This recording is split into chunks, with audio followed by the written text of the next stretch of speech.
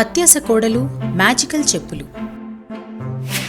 తన అత్యాసతో విమల ఎలా ఇబ్బంది పాలవుతోందో ఇంతకుముందు కథలో మనం చూశాం. ఒకరోజు విమల తన పొలంలో తిరుగుతూ ఉంది.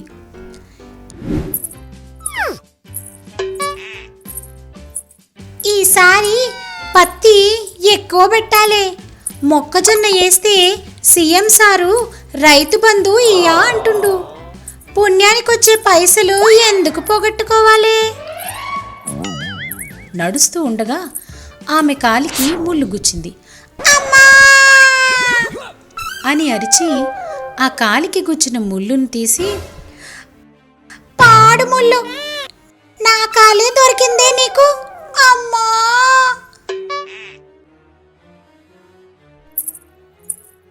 కుంటుకుంటూ ఇంటికి నడుస్తూ ఉండగా వాళ్ళ అత్తమ్మ చూసి, ఏందే ఏమో కుంటుతున్నావు, ఏమైందే? ముళ్ళుకొచ్చింది అత్తమ్మా. చెప్పులేసుకోలేదా? చెప్పులు తెగిపోయినాయి అత్తమ్మా.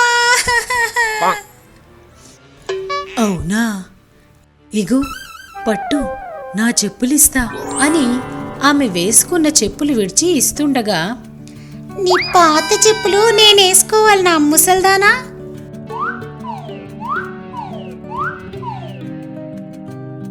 ఇవి పాతవే అయినా మ్యాజికల్ చెప్పులు. మ్యాజికల్ అనే మాట వినగానే విమల కళ్ళు మెరిసిపోతున్నాయి. ఏంది మ్యాజికల్ చెప్పులా? ఏం చేస్తాయి ఇవి? ఇవి వేసుకుని దేని మీదైనా గట్టిగా అడుగేసావనుకో, ఇక అది పిండి పిండి అయిపోద్ది. నిజంగానా? నువ్వే చూడు. ఆ చెప్పులు ఆమెకిచ్చింది. ఆ చెప్పులు వేసుకున్న విమల చుట్టుపక్కల ఉన్న చిన్న చిన్న రాళ్లని తొక్కుతూ పిండి పిండి చేస్తోంది. ఆ రాళ్లని పిండి పిండి అవడంతో ఆశ్చర్యపోయిన విమల ఇంకా ఉత్సాహంతో ఎగురుతూ చిన్న పెద్ద అన్ని రాళ్లని పిండి చేసేస్తూ ఉంది. అలా ముందుకు వెళుతూ ఉన్న విమల ఎదురుగుండా ఒక కర్ర తగిలి కింద పడిపోయింది. అమ్మా, నా ముక్కు పగిలింది, ఎవ్వరూ చూడలేదు కదా అని లేస్తూ దుమ్ము దులుపుకుంటూ పక్కకి చూసింది. పక్కన కమల నిలబడి చిన్నగా నవ్వుతోంది. కింద పడ్డా అని జాలి కూడా లేకుండా ఎట్లా నవ్వుతుందో చూడు, ఎలక ముఖంది. ఏందే అట్లా పడ్డా? చూసుకుని నడవచ్చు కదా. సరే పద, నీళ్లు తాగి వెళ్దువు అని విమలని తన ఇంట్లోకి తీసుకెళ్ళింది. ఇంట్లోకి వెళ్ళాక, ఎక్కడికి పోయి వస్తున్నావక్క? నేనా, షాపింగ్ పోయి వస్తున్నా, నెక్లెస్ కొన్నాను. అవునా, ఏది? ఇగో చూడు అని చెప్పి తాను తెచ్చుకున్న నగ చూపించింది. ఆ నగని చూడగానే, నేను కింద పడితే నవ్వింది కదా ఈ ఉడత ముఖంది, ఇప్పుడు ఈ నగని పిండి పిండి చేస్తా, అప్పుడు ఎట్లా నవ్వుతుందో చూస్తా. అక్క, నీళ్ళు. అరే మర్చిపోయినా, తెస్తా ఉండు. కమల లోపలికి వెళ్ళగానే, ఇప్పుడు ఈ నగ కిందేసి ఒక్క గెంతు గెంతి దాని మీద దూకుతా, దాంతో ఆ నగ పిండి పిండి అయిపోద్ది. అప్పుడు నేను నవ్వుతా, ఆ దొంగ ముఖంది ఏడుస్తుంది. ఆ నగ కిందేసి దాని మీద దూకుదామని ఎగరబోతూ ఉండగా విమల మీద బల్లి పడిపోయింది. అంతే, నగ మీద దూకాల్సిన విమల బల్లి పడడంతో భయంతో పరిగెత్తబోయి ఒక కాలికి ఇంకో కాలు తగిలి కింద పడింది. పడ్డంతోనే విమల కాలు ఒకటి నుజ్జు నుజ్జు అయిపోయింది. విమల బాధతో అరుస్తూ ఉంది. అమ్మా, నా కాలు, నా కాలు.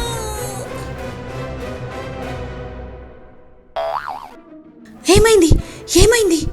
అక్క, నా కాలు ఇరిగినది. ఎలా అది అని మొదలుపెట్టి అంతా చెప్పింది. అంతా విని కమల, నువ్వింకా మారవా? ఏదో చేద్దామని నీకు నువ్వే శిక్షలేసుకుంటున్నావు. పద, హాస్పిటల్కి వెళ్దాం. అమ్మా, నా కాలు అని హాస్పిటల్కి తీసుకెళ్ళింది. హాస్పిటల్ బెడ్ మీద పడుకుని దాని నగని పిండి చేద్దామని చూస్తే నా కాలే పిండైనదే, అయ్యో అని అనుకుంటూ ఏడుస్తూ ఉంది.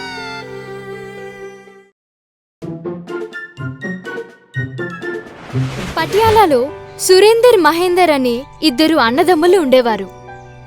ఇద్దరూ కలిసి ఒక జిలేబీ షాప్ నడిపిస్తూ ఉన్నారు.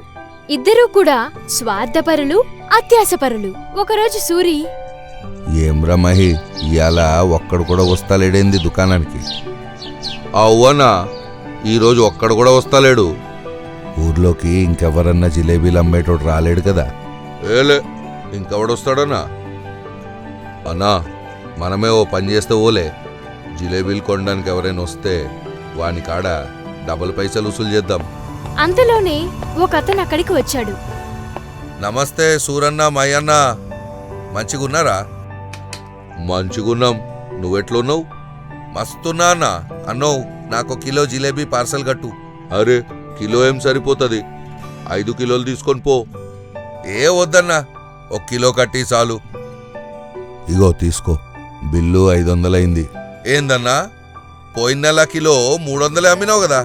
అన్నా, ధరలు మస్తు పెరిగిపోయినాయే. ఈ ఊర్లో జిలేబీలు అమ్మేటోళ్ళు ఇంకెవరూ లేరాయే. ఇంకెవరన్నా జిలేబీలు చేసేటోడు రావాలే, అప్పుడుంటది వీళ్ళ మజా.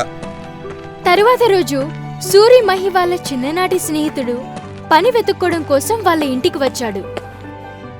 అర్రే, ఈ జస్సిగాడు ఎప్పుడు పోతాడో ఏమో, బియ్యం గిట్ల అన్నీ అయిపోతున్నాయి. అవుతమ్మి, మనమే ఏదో ప్లాన్ చేసి జస్సిగాడిని వెళ్ళగొట్టాలే. నేను చెప్పేది నువ్వు అని ఇద్దరు పెద్ద పెద్దగా అరుస్తూ గొడవ పడ్డం మొదలు పెట్టారు. అరే, తిండిపోతున్నాయాలా? తిండిపోతు నువ్వురా, దుకాణంలో సామాన్లన్నీ తినేసినావు, దొంగనాయాల. అరే దొంగ నువ్వేరా, రోజంతా కష్టపడి చేసిన జిలాబీలా సగం జిలాబీలు నువ్వే తింటావుగా. ఆ సాల్ చెప్పినావు గాని, చల్ పోయేడికెళ్ళి. అలా ఇద్దరు అరుచుకుంటూ బయటకు వెళ్ళిపోయారు. జెస్సీ పక్క రూంలో ఉండి అన్నీ విన్నాడు. అతనికి విషయం అంతా అర్థమైంది. సాయంత్రం అన్నదమ్ములిద్దరూ షాప్ నుండి ఇంటికి వస్తూ, ఏమంటావన్నా, పొద్దుగల మన గొడవ చూసి జస్సిగాడు పారిపోయి ఉంటాడు.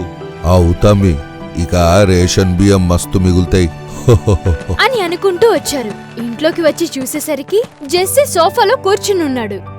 అది చూసి ఇద్దరూ షాక్ అయ్యారు. అరే, ఏమైందన్నా, ఇయాల గింత జల్దొచ్చిరు?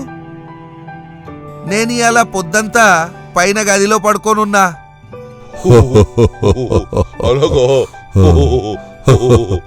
సూరి మహిళకు స్వతహాగా జిలేబీ తయారు చేయడం రాదు. వాళ్ళు వాళ్ళ నానమ్మ రాసిన డైరీలో చూస్తూ జిలేబీలు తయారు చేసేవారు. వాళ్ళ దురదృష్టం కొద్దీ ఆ డైరీ జెస్సీకి దొరికింది. ఓ తమ్మి, నువ్వు నానమ్మ డైరీ గిట్లా చూసినావా? అగో, గా అల్మారీలోనే పెట్టినా కదా. అరే రాములా, పొద్దుడి సంధి జస్సిగాడు కూడా కానొస్తాలేడు. ఒకవేళ ఈ జస్సిగాడు మన డైరీ తీసుకొని పారిపోలేదు కదా, అట్లయితే మనం ఇక ఆగమైనట్టే. ఇంతలో జెస్సీ అక్కడికి వచ్చాడు. ఇగో మీ డైరీ తెచ్చిన, నాకు కూర్చొని యాష్టకొచ్చింది, అందుకని చదువుదామని తీసుకొని పోయినా. నేను దీన్ని జిరాక్స్ కూడా చేయించిన. అరే చాలిగా, డైరీ ఇంతే, నేను రేపు ఊరికి పోతున్నా. సరే మంచిది, వస్తా ఉండు. ఆ తరువాత జెస్సీ ఊరి బయట షాప్ పెట్టాడు. ఆ డైరీ చదివి మంచి మంచి పదార్థాలు చేసేవాడు, న్యాయంగా అమ్మేవాడు. తన వ్యాపారం బాగా సాగుతుంది. ఇప్పుడు సూరి మహి షాప్ వైపు ఎవ్వరూ రావట్లేదు.